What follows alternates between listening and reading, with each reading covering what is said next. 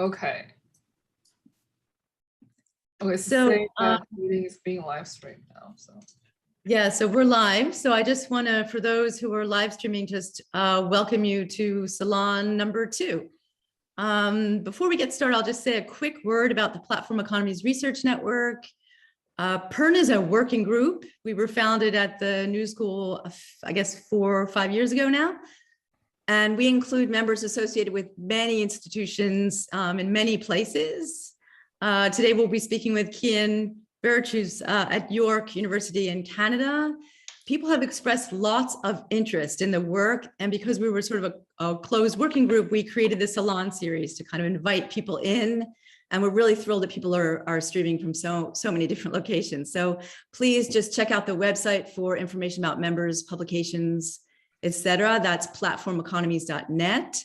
And before we start, I just want to announce Salon 3, which is a new format. We're going to organize a dialogue next time, and that's going to be between James Meese, who's a professor at RMIT University in Melbourne and studies algorithmic distribution of news, amongst other things. And he'll be in dialogue with Angèle Christin, who's at Stanford University. Angèle focuses on has focused on how algorithms and data analytics transform professional values and expertise. She's also focused on news media. So they'll be in dialogue. We'll be discussing value production and digital media platforms. And that's going to be on November 18th. We'll disseminate that information. For today, though, I'm going to pass the Zoom microphone to Andy Moon. Thanks, Janet. Right, so yeah, Kean Birch is an associate professor in the Faculty of Environmental and Urban Change at York University, where he is also the graduate program director of the Science and Technology Studies program, which relaunched in January. Kean is also a co-editor of the journal Science is Culture, and of course, a member of the Platform Economies Research Network. So Kean's research examines the restructuring and transformation of the economy and financial knowledge, technoscience and technoscientific innovation, and the relationship between markets and natural environments. Most recently, last year, Kean, along with Fabian Muniesa, published the edited volume Assetization, Turning Things into Assets in Technoscientific Capitalism with MIT Press. And the text is available open access from the MIT Press website. Kean is currently researching how different things, knowledge, personal data, loyalty, are turned into assets and how rents are then captured from these assets. So in processes of assetization and rentiership, which is the topic of today's discussion. Kean's work should be of interest to a broad audience across social sciences, science and technology studies, and design. He does the kind of generous and methodological work that I think we can all learn from. So it's a pleasure to welcome him to the Saloon today. With that, I'll invite Kean to give a short introduction about how he arrived at his research agenda, his current work in progress, and also if there's anything, Kean, that you would like to discuss with us later on. After Kean's introduction, I'll jump back in and get things underway. Thanks, Kean. You can take it away. Okay, thank you very much for the introduction. I'm now an ex-graduate program director, so which is a kind of a relief, but yeah. But thank you very much for the introduction, and thank you very much for having me here. It's a pleasure to be here. I've really enjoyed the the last salon, so it's great to be involved. I'll do a very short kind of sketch of the kind of where I've come from, I guess, intellectually on this topic, and then it'll be very quick, hopefully, and then we can get on to conversations. When I talk, I don't know where I've got my obsession with assets from. I wish I could remember a kind of, a clear moment in time where I suddenly clicked, but I can't. And so I don't have an origin story. It was probably around 10, 11 years ago, and I was interested in intellectual property, interested in trying to understand policy documents that were coming out of the OECD and other places that were talking about knowledge capital, intangible assets, all these sorts of things, where I started thinking about it. I started thinking about what are these things called assets, and what are they, if we think about them, their kind of social importance and their, beyond their kind of, beyond the kind of accounting terms or whatever that, that we describe them with, how do we understand their, the effects that they have and that sort of thing. So I started sort of looking at using assets to look at the biotech industry, which was one of the things that I'd been doing research on. And I was doing a collaborative work with a colleague, David Tyfield, on that, trying to think about, biotech in this kind of asset-based kind of regime. And that led me to thinking about this notion of assetization and applying it to, to the biotech industry, but also, I applied it in another book, in a book around, looked a bit at housing. So I was thinking about housing as well. And then I was very fortunate to have some great reviewers on some papers who were, very helpful in developing my ideas, and one of whom revealed himself to be Fabian Muniesa, and we then collaborated on a set of a set of 5 sessions at one of the Society for Social Studies of Science and European Association for Social Studies of Science and Technology conference in Barcelona. Sorry, it's a bit of a mouthful, in 2016. And that's what the book Assetization came from. And as Andy said, it's open access on MIT's website, so you can go and just download, don't download whatever chapters you want. And though after, I guess at this point where I'm thinking more and more about assetization, this process, I start getting interested in the kind of digital economy, and especially interested in digital personal data. And I find, again, this is another really fascinating kind of topic for some reason to me. And I start thinking about it from this terms of how are businesses going about assetizing personal data, and this leads me to develop a project to try and look at these sorts of things. And in the meantime, I'm trying to, I'm also sort of developing these ideas around assets, pushing them forward by sort of putting rentiership on top of it to try and think about what is the, how is it that, what kind of, I guess, I'm not sure what you'd call it, but maybe what kind of political economic regime is making, is kind of benefiting from this transformation of an increasing number of things into assets. And so trying to think about this, trying to think about this kind of extraction of value, if you like, from the ownership, the control of assets, and how that's happening. And that again, I got a really significant kind of boost from someone else, Steve Fuller, who is a very interested in these sorts of things, and so I also owe a debt to him. And then, so trying to bring these together, assetization, rentiership, and trying to understand their relationship to one another. And my current projects is basically looking at this in relation to the digital economy, and specifically, the project that I'm doing at the minute is kind of focused on big tech and the kind of ways that we can understand what big tech is doing. So that's, I guess, a kind of sort of outline of my intellectual trajectory. I'm happy to expand on any part of it if you want more details, but yeah, I will open it up to the conversation now, so that we can discuss other things. Thanks, Kean. Yeah, that was great. So we will open it up to the room and take a few questions to start. After that, I'll be here to help facilitate. But Kean, you're welcome to, step in at any time, and likewise, I'd encourage all of us to build on and amplify each other's questions and comments. So I might kick it off with a question myself while everyone's getting comfortable. It's more of an opening for us and the live audience to, I guess, start to unpack some of the organizing concepts in Kean's work.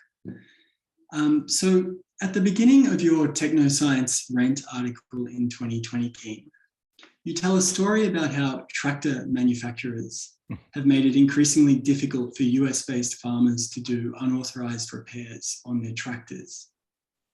And this is due to licensing agreements that restrict the farmer's access to the tractor's software and electronics.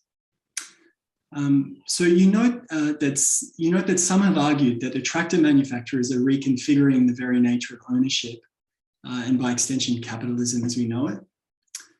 And you position this story as an example of rentiership, or the construction and extraction of economic rents. So I guess, just an opening question would be, could you comment on how this story kind of serves that argument more broadly? And also, I think what's really important here is how it opens to the STS methodology that you're bringing to your work. Sure. Yes. I should also just check, did anyone else want to jump in? We can take a couple to begin, or Kean, you can kick it off. Yeah. Happy to wait, but go for it, Kean. Go. Yeah. Okay. Yeah. So that's. I think it's like for me, it was a really helpful example, that tractor example, because I think it kind of highlights some of the shifting sands of contemporary capitalism, and so it's trying to. The tractor example kind of illustrates this weird changing relationship that's going on around the increasing importance of assets and assetization in what, because you would think owning a tractor enables you to do whatever you want with the tractor. That's a kind of classic kind of, you have your ownership rights and you are able to do whatever you want. But the fact that you increasingly, tractors are, like many things, are they have electronics installed with particular kinds of software that is licensed to the owner of the tractor, but is not owned by that owner, then really complicates the relationship that the farmer has to the tractor. And it's all about this extension of these control rights, which enable you to extract value. And you can see it in multiple, we can see it in a very practical, in our own homes, in multiple different instances. A very common one being, printers, and home printers are another kind of example where the same kind of structure applies, where you bought something, an object, and then you're dependent upon a continuing form of subscription model subscription payments through the need to buy ink for your computer, your printer, that really ties you into this continuous kind of rent extraction model, essentially. And I think that there's like I see this as quite a significant shift in contemporary capitalism, because I think you can see it, in more and more instances in terms of the world we live in. And so it's this transformation. I'm not sure I call it a transformation from commodities to assets, but I think it's an emergence of, maybe transformation is the wrong word, it's the emergence of assets as an increasingly important social, political, economic phenomena. Yeah. Kean, just to jump in, that's really, I think there's a conversation to be had about whether this is some kind of regime change or something like that. And that's a discussion. I think there are people on this Zoom meeting who have more to say about that than me. I just think that, having studied for decades sort of political economies in West Africa, what's so important, and I don't know, not that you have much, this is just a comment really, of reframing rents as the norm. Right. So political economy, whether it be, all walks from Marxist political economy all through classical neoliberal, has always framed rents as a distortion of properly functioning markets based on property rights, et cetera. And so I think that's, as a scholar of and student of Africa, for so long, this is really welcome to kind of have that, have that be stated as just something true in the world, and not just about quote unquote developing economies or something, So yeah. Yeah, no, I think it's so reading. I've done a lot of reading about rents, and it's obviously, I guess, but it's a really fascinating intellectual history that almost like it's the one commonality through the intellectual history of reading all these about rents and rentiership. There's lots of differences in terms of the analytical starting points and assumptions and methodological approaches and so on. But one commonality, though, in almost all of them is the idea that rents are bad. And I think that this, so part of what I was trying to think of as well was not just about, so rents are, there's rents are, we can think about a lot more political economic activity as being rent based or forms of rentiership. And I think that that's helpful to do because it, I don't know, trying to get away from that notion of, or maybe not, but not always think of it as being bad, I think. So that gets away from this notion that rentiership is simply this distortion of markets or distortion of some sort of a naturalized process or set of practices. And I think that's kind of something that I've tried to do in the Technoscience Rent paper, was kind of highlight where we can try and, yeah, if we think more broadly about rentiership, it's not, we can see it in more and more places in the economy and political economy, but we can also see it as being not simply a deeply problematic practice or process and so on. And I think that's important because I think otherwise you get caught up in people use the term in, as I said, in this kind of in a moral fashion to mean lots of bad things that go on in the economy, and then you end up conflating very different things. And so on the, because it stretches across the political economic spectrum. So on the right wing side, you get people who talk about, can talk about trade unions as being forms of rentiership.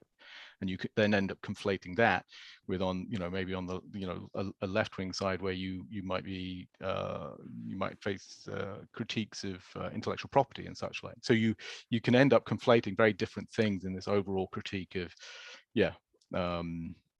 these kinds of naturalized, or the critique of the distortion of a naturalized kind of economy and market. Yeah.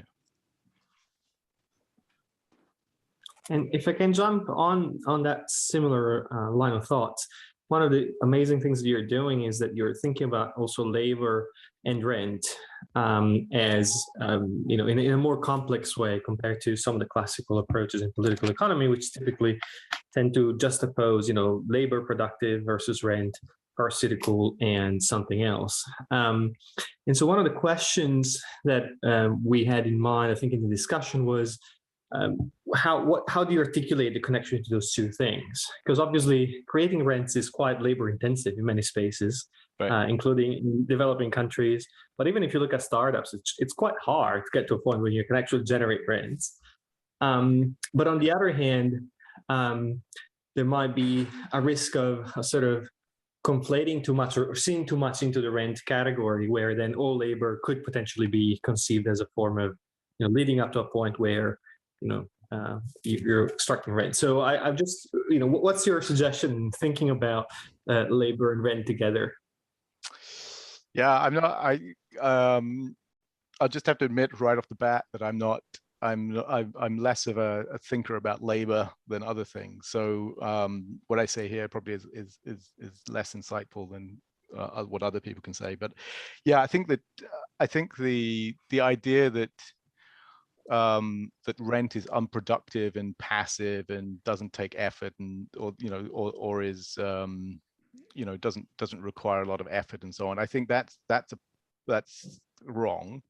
And I was trying to get at some of that in my work by talking about, thinking about rentiership as a social practice, and therefore it requires a lot of effort, requires a lot of investment and in resources and skills and whatever knowledge, and so it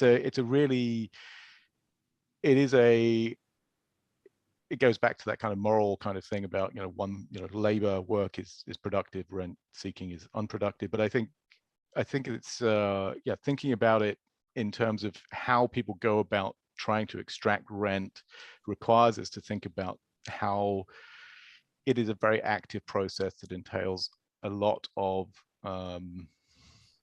just entails a lot of that investment. And so I tried to get at some of that in talking about digital rentiership. We're trying to sort of get at the different ways that different digital companies are pursuing forms of innovation to extract rents, and that helps to then I think to get away from this notion that it is something that is, well, first of all, that it is something that is primarily related to either land or finance, and secondly, that it is primarily something that is not that is socially problematic, I guess, in a sense. And so we could think about, well, not necessarily get away from that, but think about in what ways is it socially problematic, without just assuming that it is just because it is, it is this one thing that it is socially problematic. It is not, it is this distortion that makes it socially problematic. I think that there are other things that make it socially problematic, to do with, locking in societies into particular kind of sort of techno-economic arrangements and things like that. So go back to the tractors and the printers, locking us into that kind of set of arrangements. That's problematic. It's not simply that it's problematic because it is deemed to be unproductive or unearned and so on. So I think that's how I come at it, by trying to think of it as this more active process. I actually want to write a book called Innovation and Rentiership, so riffing off Peter Drucker's Innovation and Entrepreneurship. I think there's something there that I think was important to kind of think about innovation and the way that innovation is reshaped because of rentiership, or because of the pursuit of rentiership, and how that ends up reshaping technoscientific capitalism. Do you want to pick up on that, Janet? Yeah, sure. So it's just interesting because, and I think I'm picking up a bit on Fabio's comment, is the kind of othering of the Middle Eastern states we're getting far from platform economies here, but this is the lead in, was all about their rentier states that just sit on oil reserves and generate rents, right? And that was an othering, and that was a definite moral commentary on those political economies, right? Coming from Western political scientists sitting in North America and Europe. I guess I just wanted to maybe shift the frame a bit, though, because the emphasis on assets is so important in your work and Fabian Muniesa's work and the colleagues you've written with. So I don't want to give short shrift to them, but it's our conversations over the last 4 years. We've been struggling about how to shift analysis away from commodity production, because in various things we've been reading and our own work, it seems to be a wrong, it's the go-to, and it's also not helpful. And so, assets generate revenue streams. They're not sold for profit in a simple way, as for commodity production. And in all of your work, at least what we've read for this meeting, you note that intellectual property rights establish monopolies. So that's leads us to this rent question, right? And socio-technical tools that run on platforms monetize those monopolies, right? So assets are like capitalized property. I've just found this so helpful. I've been looking for a statement like this for a long time. So I'm sort of recapping. Maybe it's helpful for people who are live streaming with us, but the main point is that the form of what you call technoscientific capitalism is the asset and not commodities. And this is really, really useful illustration of the business models that aren't based on commodity production or commodity exchange, right? We just read so much where people are making claims about the economics of digital platforms without actually looking at the financial reporting, their earnings calls, the things that you've looked at in your work to really show the way that the firms themselves are accounting for the way they produce assets and the way they account for them on their balance sheets and what they do with them. So for me, this just tremendous. I mean, I think we should all now be studying. For a while, I've been thinking we should all be studying financial reporting, which is not easy to do. I guess one of the questions I had, and this is a personal obsession, is like, where do APIs? Sorry to ask you this because you probably don't have an answer. But like in my own research right now, which is on fintech, mostly in West Africa, but generally I read, is it like the platform business models themselves? So not social science accounts or media studies accounts of platforms, but the platform business models themselves, the focus is really on leveraging APIs. And I think this does relate to like the tractor, and you can't hack the tractor, Mm-hmm. But I just wonder, like, our APIs aren't really assets, right? Is the rent their transactional data? Like, that's what I've been sort of assuming. So you APIs, there's transactional data produced from them, and you could call that a rent. But your research really indicates that the rent isn't the data itself. It's the access, mm-hmm. ACCESS, to the data sets.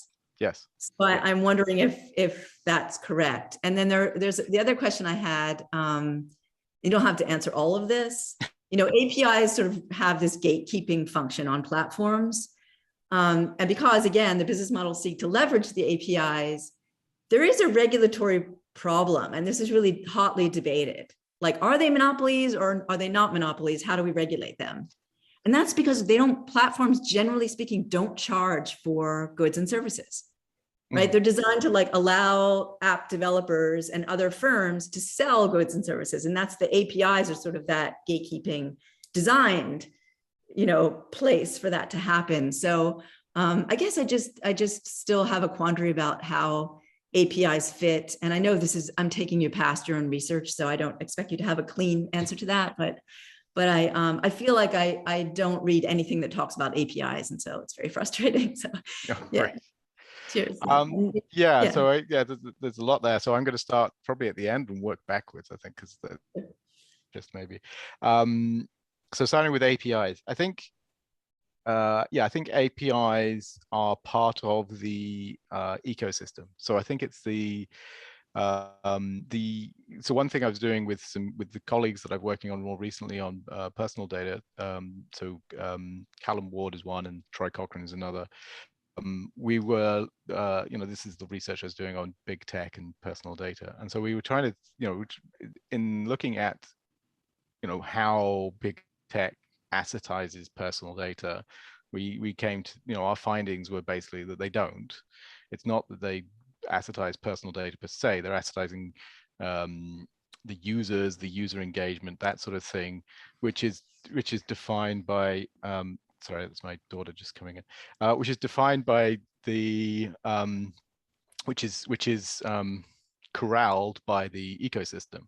And so the API, as you say, it's a gatekeeper. The API is a key part of that ecosystem because it enables the ecosystem, at least in my probably less than knowledgeable view, it enables the ecosystem to function because you can bring everything together through with the API, all parts of the ecosystem together.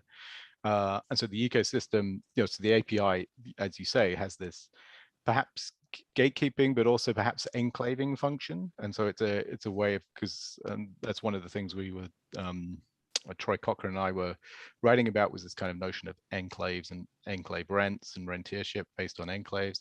And so that's, I think, where they sit in terms of enabling that construction of that enclave. And the control over the API then enables the access or the restrictions of access to the ecosystem, which the external firms can become dependent upon, whether they are trying to sell on Amazon or whether they are trying to get access to, or whether they're trying to get access to Facebook data or whatever.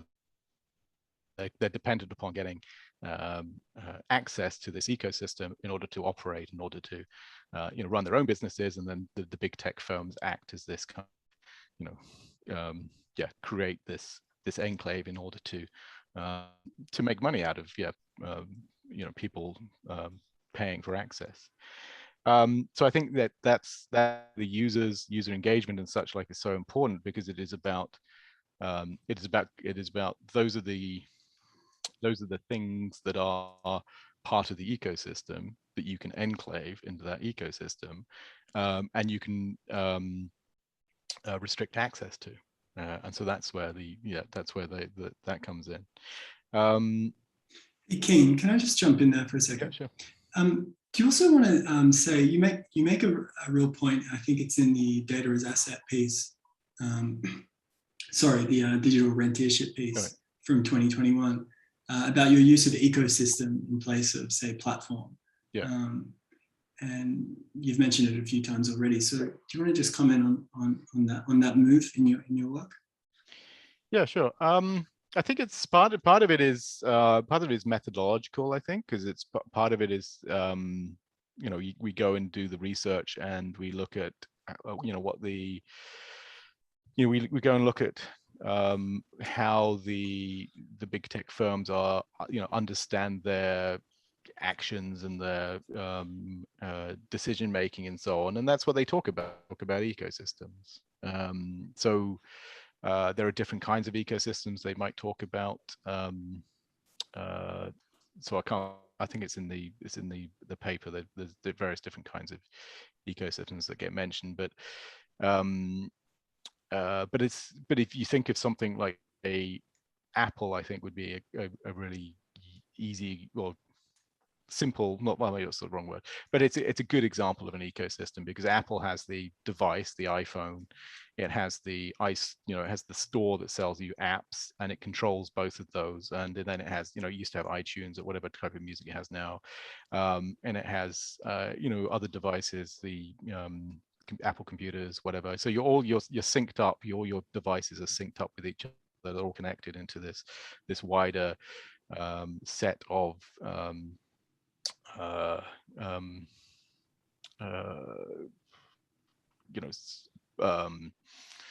systems, whatever you want to call them. Sorry, trying to think of the terms. And so you can see you're, as a user on an app on Apple, you are synced into all these different parts of this ecosystem. And if you don't sync into all the different parts of the ecosystem, your experience on Apple is going to be less happy than it is if you do sync up. I don't know. I've had an iPhone once, and I'm never going to have an iPhone again, because I found it really. It's an okay phone, I guess, but if you're not synced into the rest of the system, you don't benefit as much as if it's not, when you're not syncing in. So it's a methodological kind of choice or decision in the end, that we see what the social actors, how the social actors are kind of understanding their environment. Another interesting thing recently I found is that if you is looking across literatures. So a lot of the kind of critical political economy literature starts with the platform and has platform capitalism and things like that. But if you look at the business literature, a lot of the business literature is basically, it just talks about ecosystems. Yeah. It doesn't talk about platforms. And I think that's partly could be because the same sort of thing applies to the business literature, where they're going to they're adapting or adopting the language of their informants in terms of their when they're writing about these things. But can I jump in on that point though? Actually, it's also that the terms they're using really do matter, not just because we need to go native, but also like from the firm's point of view, the data needs to be formatted as an asset class. Like there's an idea that data, we talk about this all the time, but like the data is just monetized and that's just straightforward, and it's not, right? So the data needs to be formatted as an asset class. And that's why I think that your focus on engaged users, not personal data, but engaged users as this, like, that's why you need to be synced in the Apple ecosystem, because you need to be what in your article you say they call an installed base, like an installed base of users. That's the APIs, that's the syncing. But what I've learned from your work is that the user is not a person. right? The user is something that can be accounted for on the balance sheets, right? That can be, the metrics can be produced. So you don't have like ownership rights over the data, contrary to what most of us think, including myself. But what matters is like the way that personal data gets converted into user metrics. Again, sorry, I'm coming back to my APIs here, but they are crucial to that operation, right? That's how you get that lock-in into the ecosystem, right? And it's a really hard thing, to study. Like, how do you study APIs, right? So that's but I do think that you've showed us that the balance sheets are one way to do that. Yeah. Just as a methodological point. So. Yeah. So that article on data as an asset, co-authored with Troy Cochran and Callum Ward, that was an interesting article to write, because our starting point was basically, well, personal data is an intangible asset, and we're going to find personal data on the balance sheets of these big tech firms as an intangible asset, and we didn't. And we looked at their asset base, and we compared it to the asset base of the other top 200 firms in the US, and we actually found that, I think in all cases of all the big tech firms, their intangible asset base was actually lower proportionally than the rest of the top 200 firms. And they're, funnily enough, some of the companies in Google, Facebook, their tangible asset base was actually slightly higher. And so we had this slightly odd, what we thought, contradictory finding that we weren't expecting this. We were expecting there to be a significant intangible asset base that they have. And so that's why we looked at their earnings calls. And there's a great database you can get access to.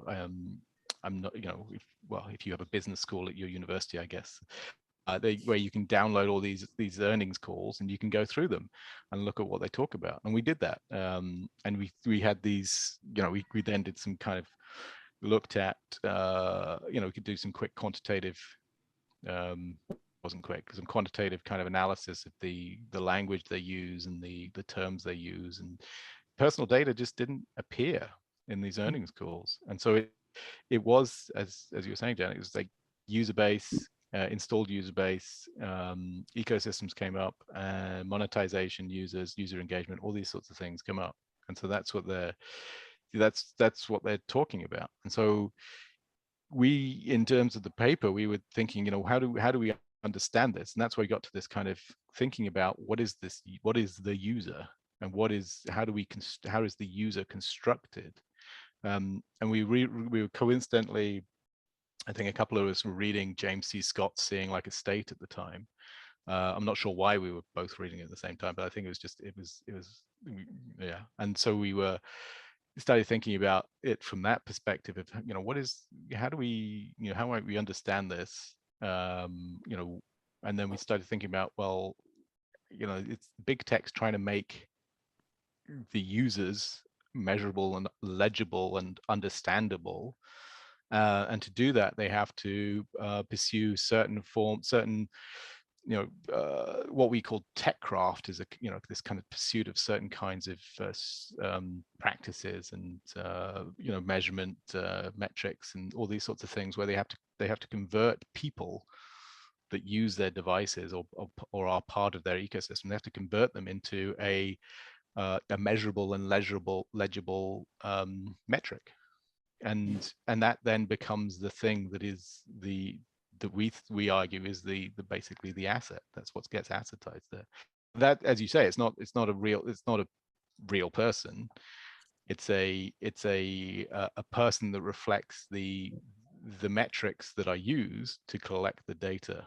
And that's really interesting when you start looking a little bit into the metrics, which I haven't done a ton of, but I want to do more, because you can go to the I presume you can probably go to Facebook, and you can look at how they the kind of metrics that they then provide to people that are advertising through Google and so on, and you can look at how they measure it, and you can see that the measurement is it's really ridiculous. There's some metrics which are like you count as an impression if you've seen half of an ad for 1 second, and that's an impression, right? And then that becomes something that is you know, that is valuable, and it's so it's a really interesting and you know, quite bizarre sort of world. And Corey, you can probably talk a lot about this with the digital advertising work that you've done.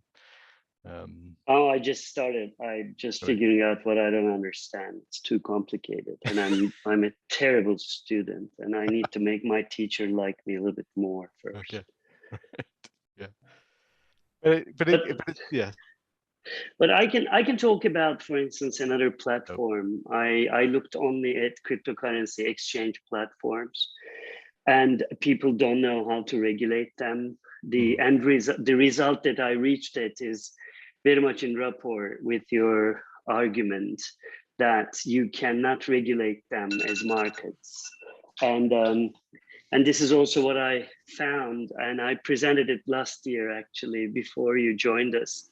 I can send you the paper. Yes. And I took a different strategy. Instead of approaching a platform as a place like you do here, I approach it as a process of economization.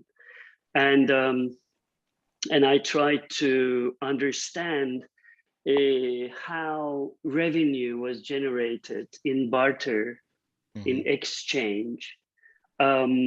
Rent is not there because we don't really see in cryptocurrency exchange platforms forms of rent. So I didn't have any opportunity to observe this. And gift, you buy from me that, and then I'm going to give you this as a gift. So I try to look at this entire world of economization, and assetization was only a little part of it. And rent didn't exist, and it was still a platform. And it drew on an ecosystem that is more than $2 trillion in net worth. Bad comparison, but it would be the 6th largest national economy if you put them together. So it's huge, and we're trying to really understand it. And I think what we need to do is appreciate what new things that we see as we change the strategy of approaching it.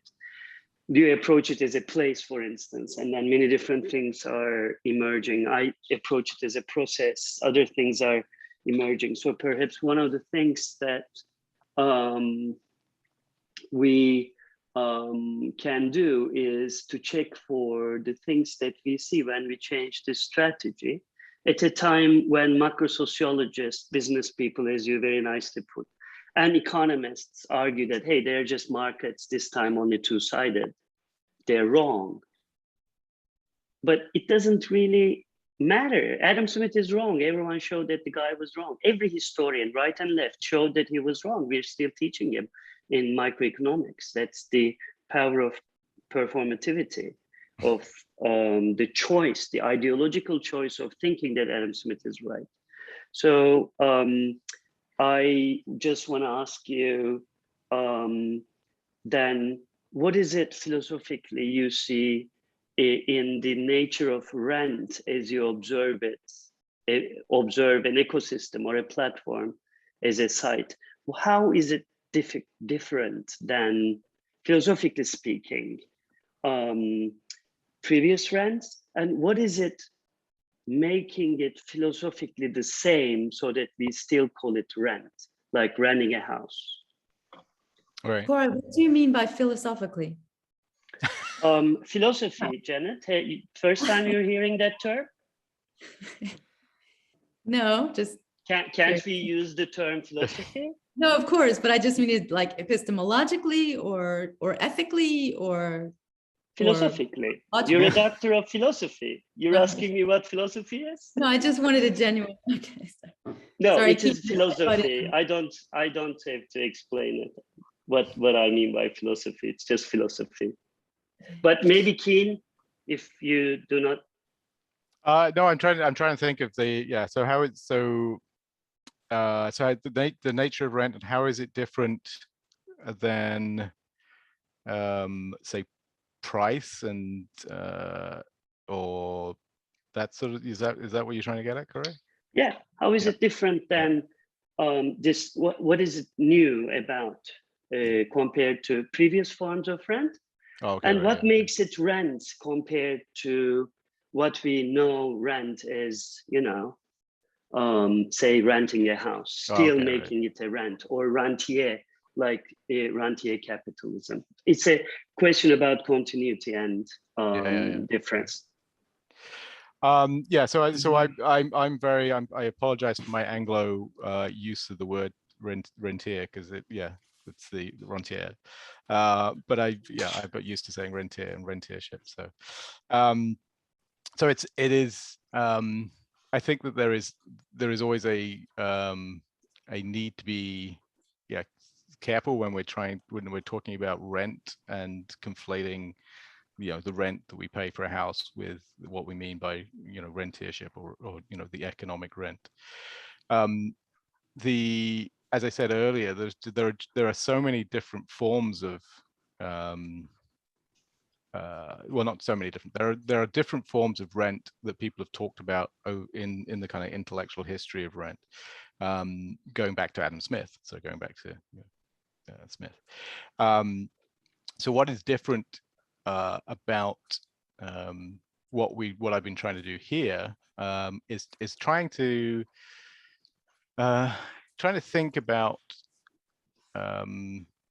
trying to rethink the ways it's been used in the past to try and get at some of the specific specificities of technoscientific capitalism. So in the piece I did on technoscience rent, that was trying to bring together different conceptions of rent that have been used in the past to try and get at that kind of thinking about rentiership as this social practice, rather than thinking of it as one of these kind of categories of rent. So I don't know how detailed you want to go into this, but there are different categories of rent that, absolute rent, monopoly rent 1, monopoly rent 2, differential rent 1, differential rent 2, rent seeking is altogether different, and so on.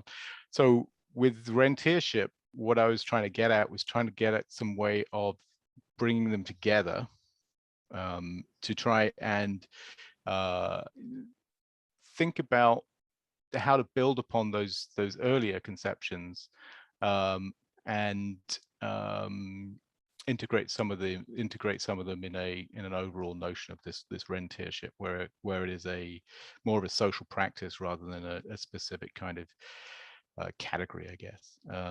And then when talking about digital rentiership, that was where I was trying to get at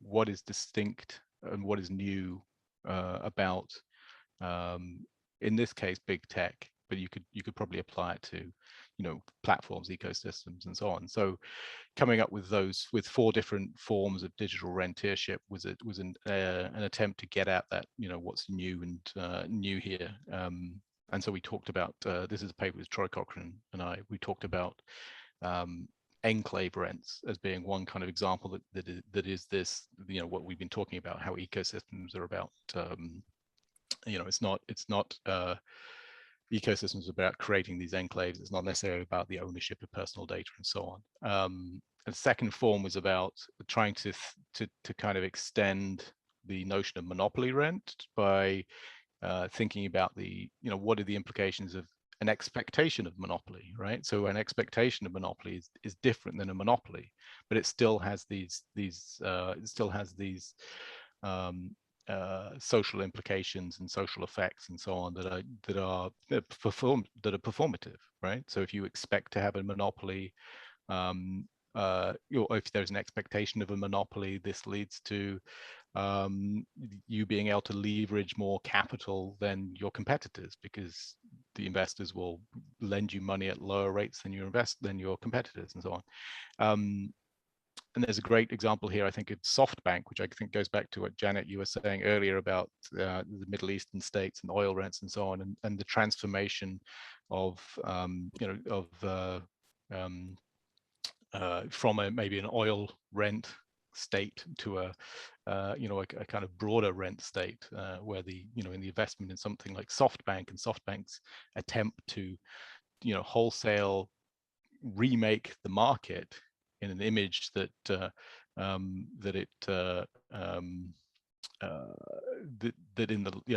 will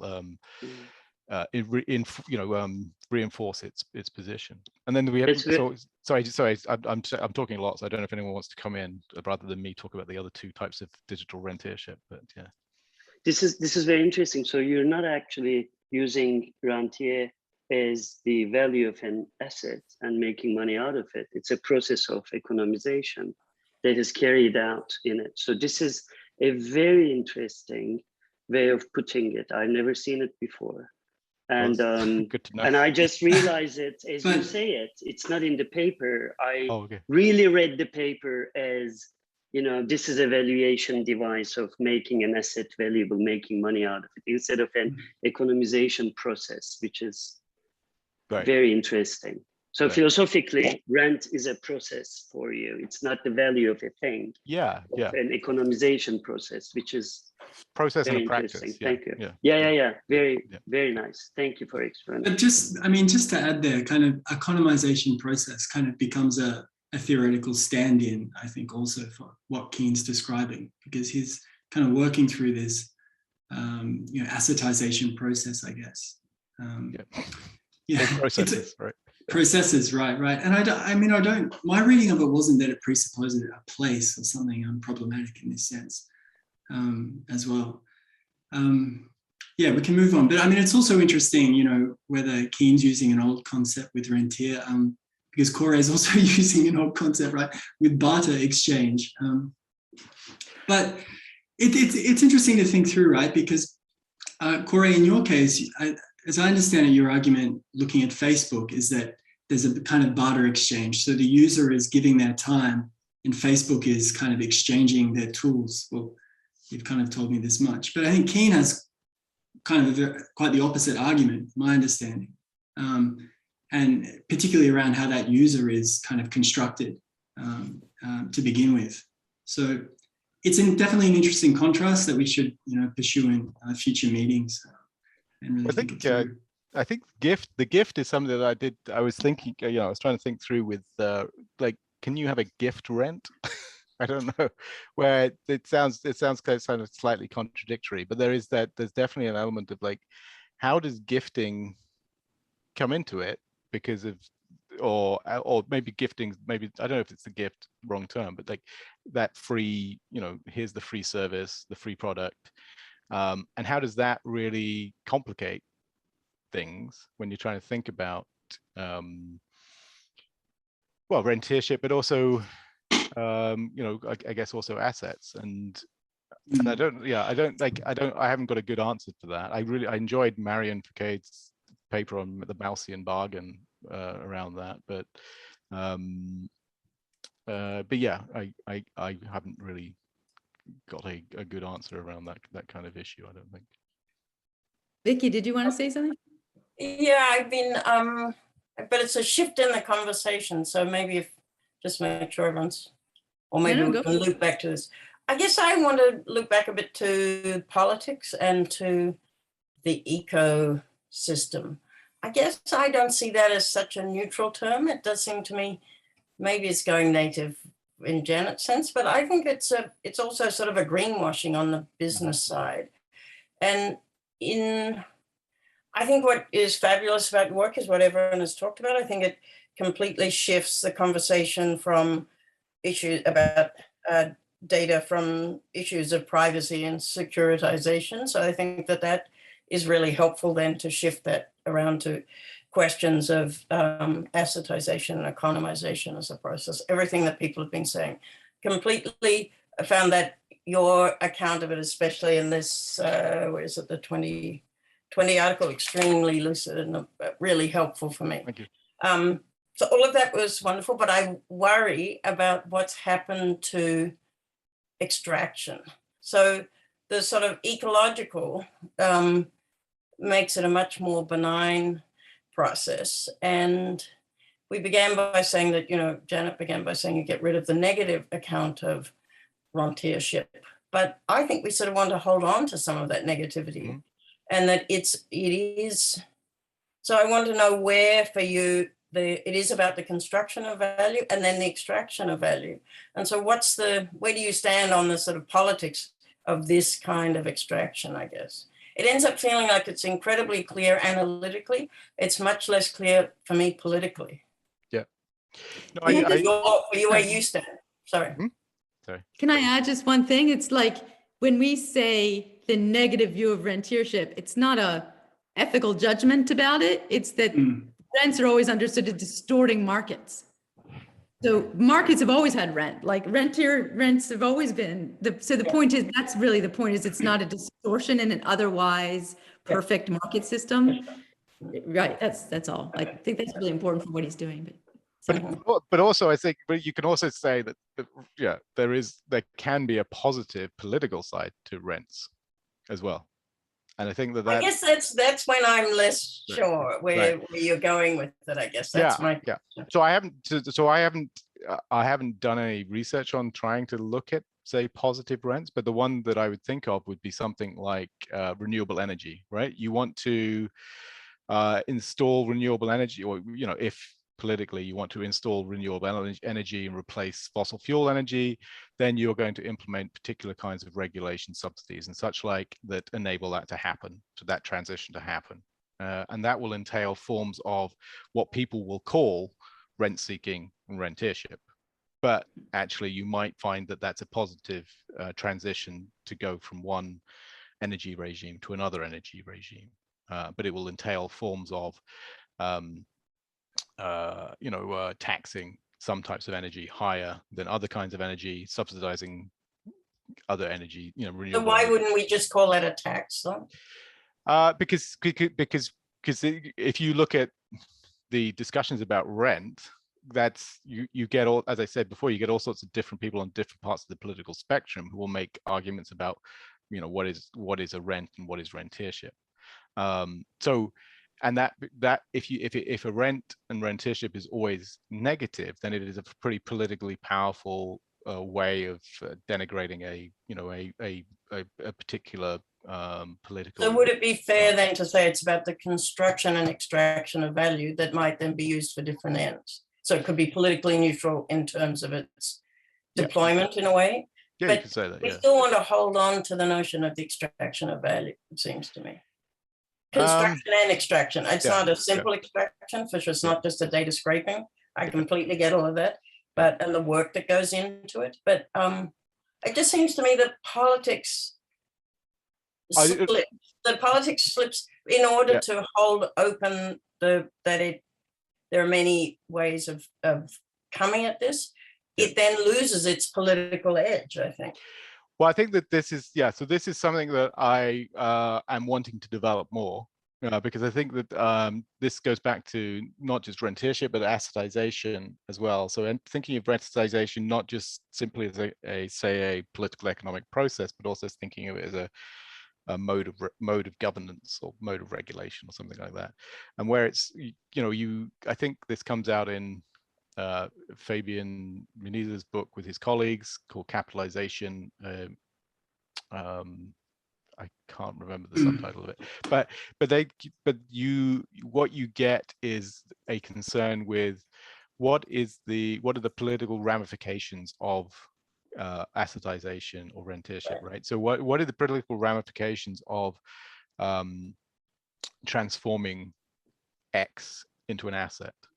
Because that then ties the future, ties you into and ties the future into the X number of years into the future, ties you into that particular a cultural guide, capitalization, a cultural guide. So that then ties you into that future setup for X number of years because of the way that the asset is understood and constructed and so on and valued. And also just to add to that, and I'm hoping this is constructive, but like what you show, like this assumption that just for the big tech firms, their assets are intangible, and that's actually not true, at least from the balance sheet perspective, is really important because, Vicky, I think the politics then becomes the assets are used as collateral on financial markets. Like you could look at Microsoft as just a big financial firm, like 50% of its assets are financial assets, right? So that I think is where the politics come in, is we're all focused on like, they're holding our data and we need to fight for our data. Well, they're acting on, they're major actors on financial markets. No, for me, I take your point about the don't focus on the data in that way, but I think you do want to focus on the value. Right, but I guess what I'm saying. I understand what you're saying. That can then get transformed and traded upon in other ways. But the moment of extraction seems, I guess I don't want to let that go.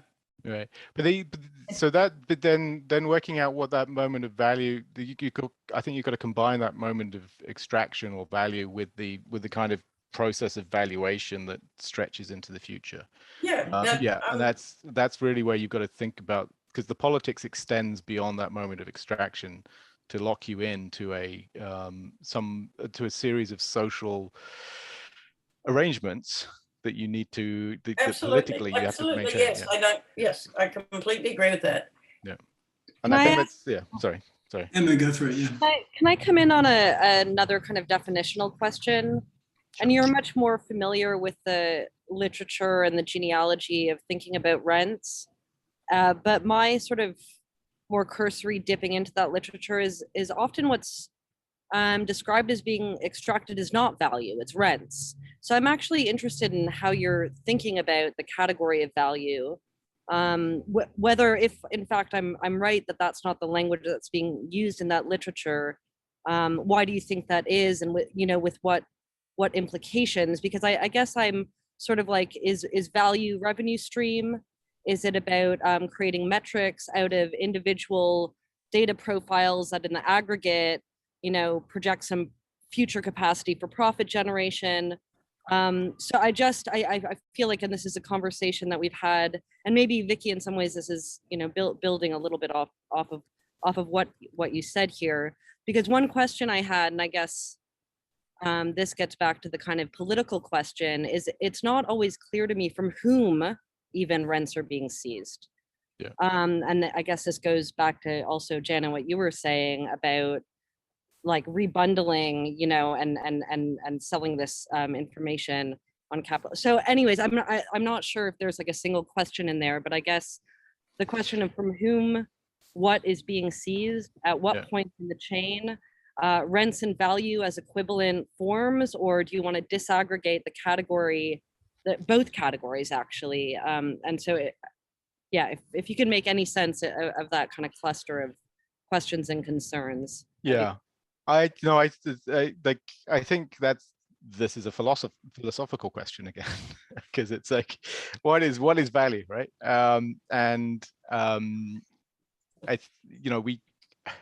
I think that the terminology we inherit, and I find this is what I find sometimes tricky, is that we inherit a terminology and a set of analytical assumptions that we then work with, because that's what we have learned and so on. So I think value is definitely something that I think I've inherited as a kind of way of thinking about these things. The extraction of value is very much a terminology that comes from a more kind of critical political economy.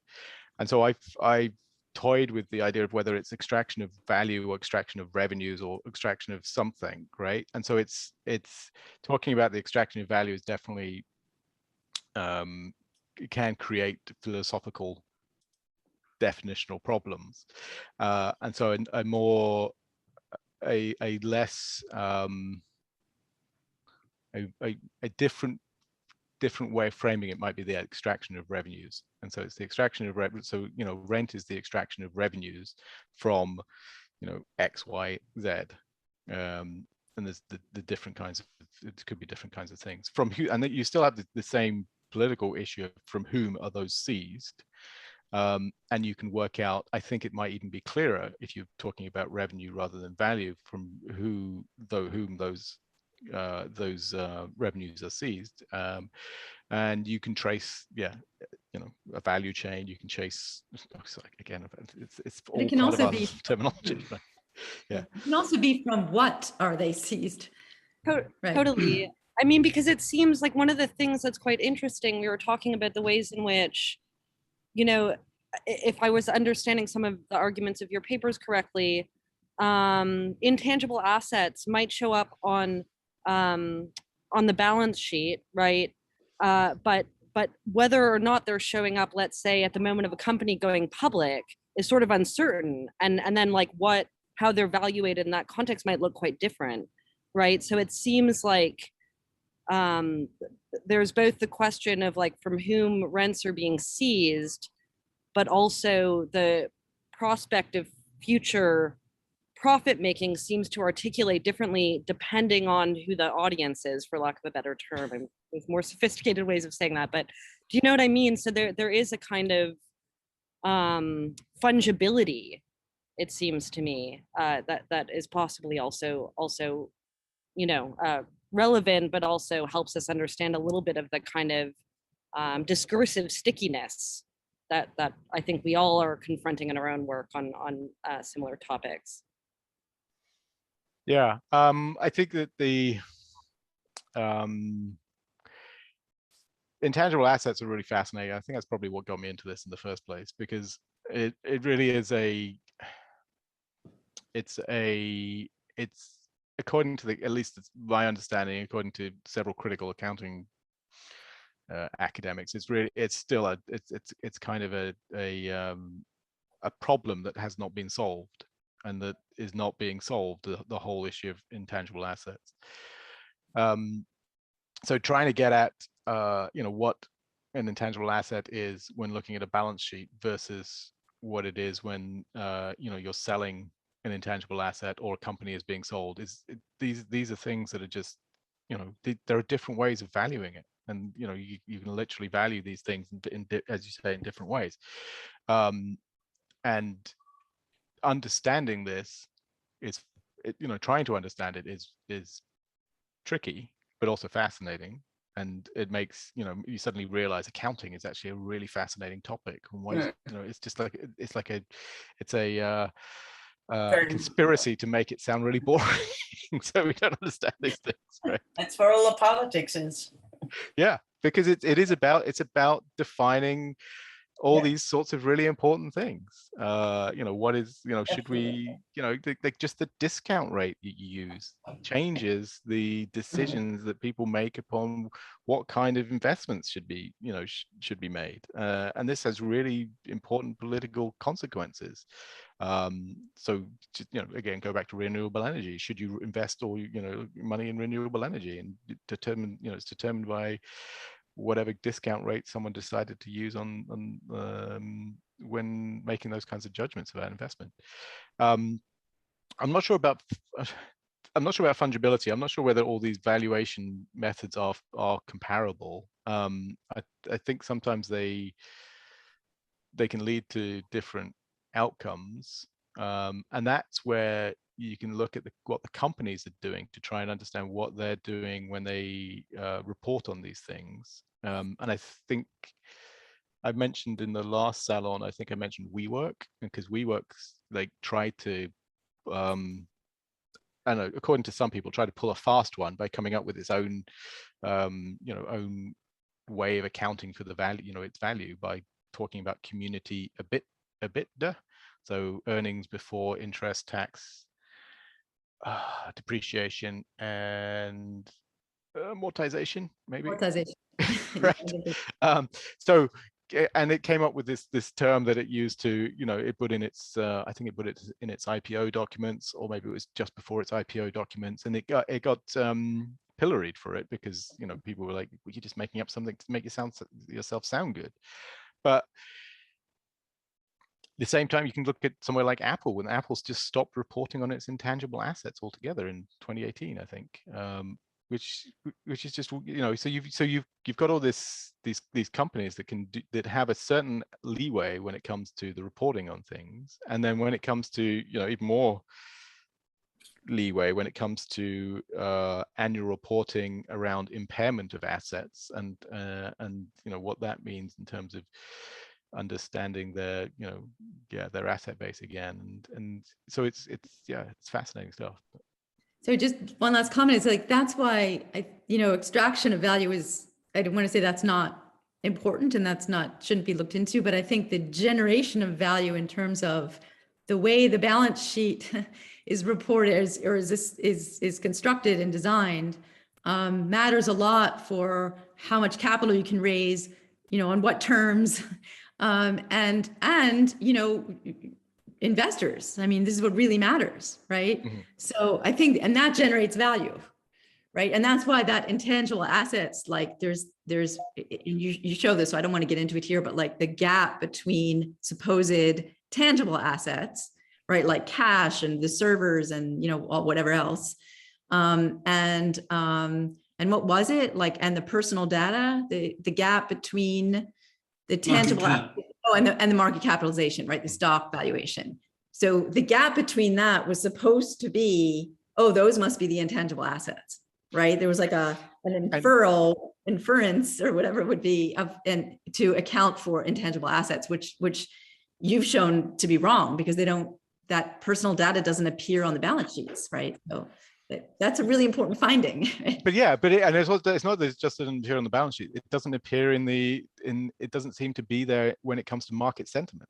That was the other side of it. So that's the earnings calls. The earnings calls are there around, they're for the executives, business executives to manage investors. They're trying to reassure investors and to make sure that people don't start selling their stock and so that's about where they manage that market sentiment, and it doesn't seem to appear there as well.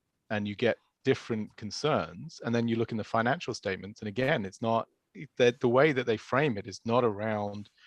It's not as a political economic entity. I don't think it's framed more as maybe a simple political or regulatory issue, privacy, data protection, and it's it's the idea. Thinking about personal data requires a different way of understanding. Thinking about personal data, we have to think about. No, I'll start again. There's been a lot of interest in thinking about personal data as the resource of the 21st century. It goes back 10 years at least to the World Economic Forum has a well-known report about this. Personal data is a new asset class, I think it's called. And so there's been all sorts of policy interest in personal data as this resource, as this asset, this new asset class. But trying to actually get at that when you're looking at the companies is really, it's either you can't get at it, or it's somewhere, it's not, it's assumed, maybe would be another way of thinking about it. It may be all subsumed under some other thing. And so it's really, it's part of something else, or, we just can't identify it clearly by looking at the asset base or looking at market sentiment and so on. Yeah. And Spencer's got a question, but I want to just push a little bit on the extraction and generation of value. I don't want them to be separated, because it just ends up being about the generation of value. I mean, so the collection of data is not important in the way that Zuboff said, I think. I can be convinced of that. But I think the personal data itself is being used in a way that I don't want to separate that out from. I mean, in some ways, I'm particularly interested in the articulation between the extraction and then production and generation of other value.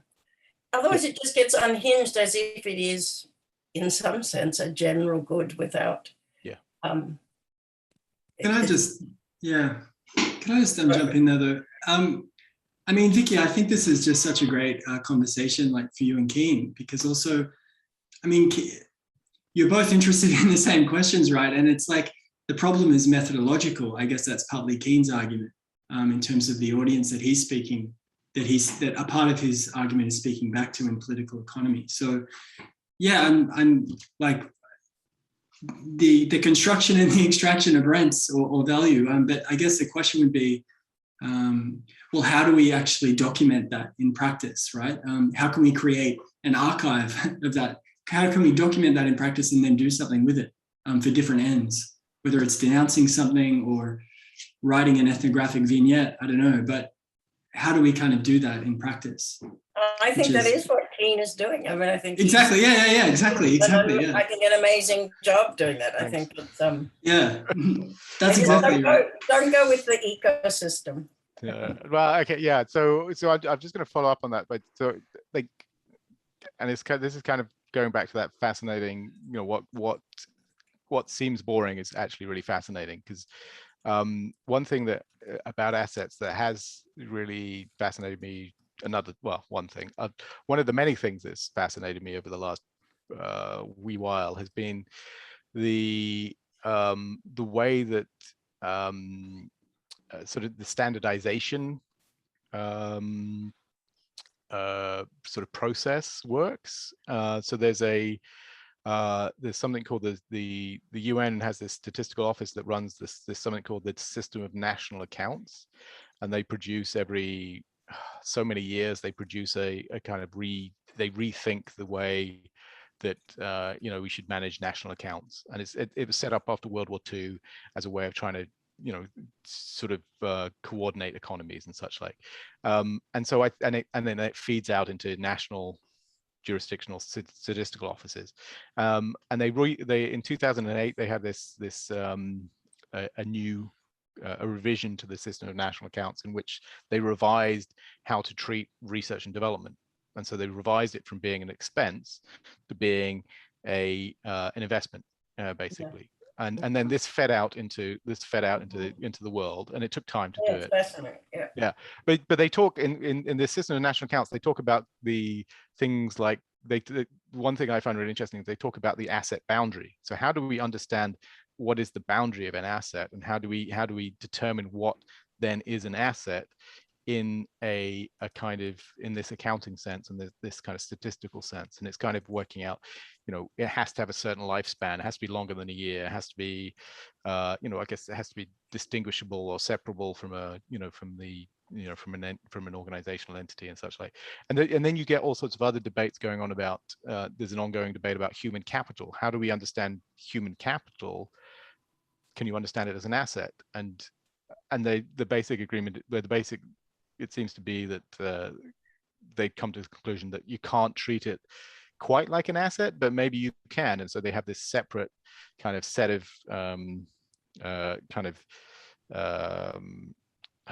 what would be the term? Sort of suggestions about how you could treat human capital as an asset, but it's not in the main document and that sort of thing. And what they're currently doing, the System of National Accounts is going to be revised again in 2025. And what they're currently doing is looking at digital personal data, or digital data more generally. And so they're trying to get at how do we construct standardized digital data as an asset. Yeah, that's right. So part of what I want to look at is that part of that process is trying to get at some of, you know, how are these various policymakers, standard setters, and so on, you know, how are they constructing an understanding of digital data as an asset?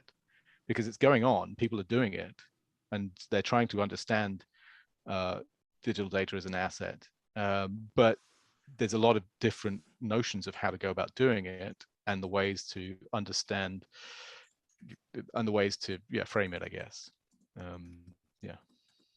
Sounds like a great resource, great data source. Amazing. Sorry, did you want me to answer some questions in the chat? Because I haven't actually been paying much attention to that. Leila. Did you want to go, Leila? Like I feel like I just like had like a revelation from this talk, which is like, you know, Wiki's trying to push for holding on to extraction, right? Because like intuitively, we even though Kean shows that like the companies, you know, in their earnings call, they don't really talk about like where our profits hinges on personal data. They don't use that language, so we can't really locate that kind of extraction there. But then it's like just from observing how much money these companies are making, and how disproportionate, like how little taxes they're paying, for example. So it's like how disproportionate their wealth is, and how little is kind of passing, kind of that people who are using the platforms are, you know, receiving. That imbalance seems like it tells us that there's clearly extraction happening. Like just there's something wrong is happening. But then because is based on what I'm understanding is that because we can't, it's actually like, it's really for example, as like an individual Facebook user, like I can't really make a personal plea say and like, or claim of harm by talking about how Facebook frames user engagement or user the category user. It's like I can't really make a compelling argument, like because you framed it this way, it harms me. And but so it almost feels like this our kind of obsession, or what I previously thought was an obsession with personal data is actually one of the few ways that kind of the public could frame an issue that to intervene, to kind of stop the company from doing whatever that they want, to do just anything that they want. So it's almost like because we can't, I mean, this is my theory, can be completely wrong, but it almost feels like personal data, talking about personal data and privacy is like appeals to a logic that can be more popularly accepted. Like, of course, about privacy complaint was important, and they must be profiting off of our individual data. But then I feel like it could actually be just kind of it's one of the few ways available for the individuals vis-a-vis, like the public vis-a-vis, or individuals to kind of just I mean, again, I know we hate the idea of resistance, but like it's but that's I think that's like a method of resistance when extraction can't be easily articulated, like can't be, is so complicated, and we can't really well, it's when the extraction becomes the generation of value in a way. Like if it gets morphed into the generation of value, then there is it. I think that's an interesting argument. Yeah, I think there's something here that is that. Good night. Sorry, my daughter's going to bed. There's something here that's very that I think that. So okay, I just got a little bit distracted. Extraction, I think, doesn't get at what's going on. I think that the enclave is a better way of thinking about it. Because it is about, you're creating a let's not call it an ecosystem, but you're creating a something that is not a market, but acts a bit like a market, and you have control over it. And what you're doing is you're trying to accumulate as much data as possible. You're trying to attract as many users, as many developers, or people who are going to pay you money, advertisers and so on, as possible. And it's not necessarily that in some senses you're constructing and collecting all that data, and you're doing it in a way that is, so the big tech companies at least are doing it in a way that is can be extracted, but it's also it's slightly different than that, and that's why they get away with it. I think it's not. Sorry, I didn't hear that last sentence. Okay, sorry. It's not. It is extracted, but it's more than that. It was different than that, and that's why I think they get away with it, because I think that they can, they are doing something that,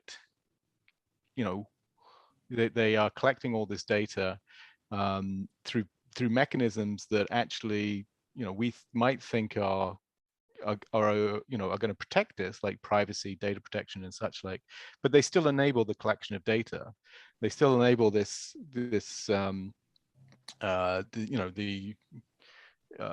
collection, the aggregation of data on which they rely, and they can do it because there's not really any. It's set up in a sense to be a contractual private relationship between us, rather than being regulated as a kind of collective social relationship, which it should be, I think. Okay, good night, Saga. No, I think that's so important, because it seems like part of the problem that Leila is pointing to is like a legal regime premised on private property is absolutely not adequate to understanding what it is that's going on here.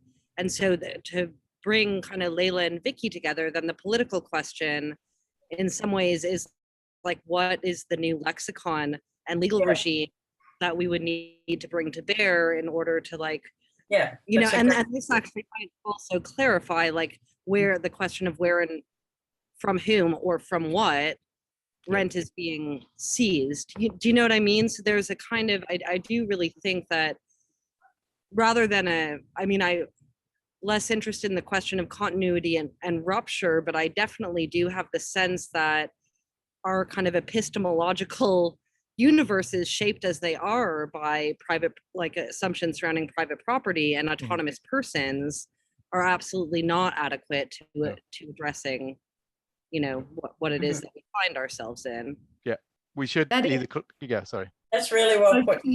Say that's Katerina Pistor's part of her argument as well. Right. We should either collectively outlaw any kind of data collection that is not controlled by democratically. You can't collect data if it's not, you know, some form of, you know, democratic agreement, or you have a, you know, in the current situation, you have to deal with contract law. And that means that the one suggestion I've made in another paper I've written with Troy Cochrane that's under review is that, you know, you could have modular contractual agreements where you can just remove without the consent of the big tech companies, you could remove parts of the contract which enable them to collect your data and use it in order to use their free gift. And so you'd rethink contract that way. And it would be, it could be an opt-in system. And I think opt-in systems show very clearly that people don't want to opt in. You know, people don't choose not to opt in because people don't want to give of themselves, as it were, if they have a choice. And it's not because of the extraction is the wrong term. I agree. It's not simply because of the extraction. You need a different term that is that the generation of value is not, in some sense, socially, politically neutral. Yeah. But extraction doesn't quite capture it, I think. I agree. The new generation can seem too benign. Sorry, Andy, go ahead. No, just because we've got this live audience that we did start a couple of minutes late, so we're good on time. But we can continue with this, but we'll say, Janet, do you want to say farewell to our friends on the live stream? And then just briefly, thanks for joining us. Thank you. And just a reminder that we'll be back live on November 18th for Salon 3 with James Meese and Angèle Cristin. So yes, thank you. Thanks, Kean.